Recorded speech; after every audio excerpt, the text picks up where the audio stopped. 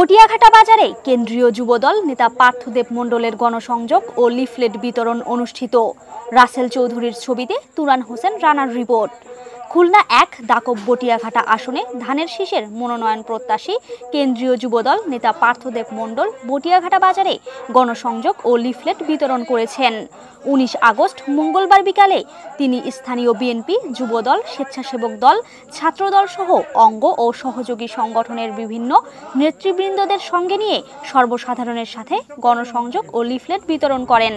খুলনা ১ আসনের বিএনপির মনোনয়ন প্রত্যাশী সাবেক ছাত্রদল কেন্দ্রীয় সংসদের সহসভাপতি, বাংলাদেশ জাতীয়তাবাদী যুবদল কেন্দ্রীয় নির্বাহী কমিটির সাবেক সহ তথ্য ও গবেষণা বিষয়ক সম্পাদক পার্থদেব মণ্ডলকে কাছে পেয়ে অনেকেই আবেগে আপ্লুত হয়ে পড়েন। স্থানীয় বাজারের অনেকেই বলেন, অবহেলিত পিছিয়ে পড়া এই দাকব বটিয়াঘাটাকে উন্নয়নের ছোঁয়া লাগানোর জন্য পার্থদেব মণ্ডলের মতো ক্লিন ইমেজের প্রার্থীর খুব প্রয়োজন ছিল। তিনি নির্বাচনী প্রচারে আসার ফলে স্বস্তি ফিরে পেয়েছে এই অঞ্চলের মানুষ।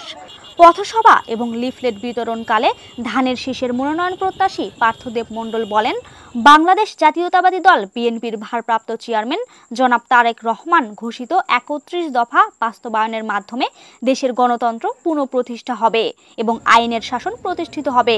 গত ১৭ বছর দেশে কোনো নির্বাচন অনুষ্ঠিত হয়নি। ফ্যাসিস্ট হাসিনা তার ক্ষমতা কুক্ষিগত করার জন্য একতরফাভাবে প্রহসনের নির্বাচন দিয়ে বারবার ক্ষমতায় এসেছে।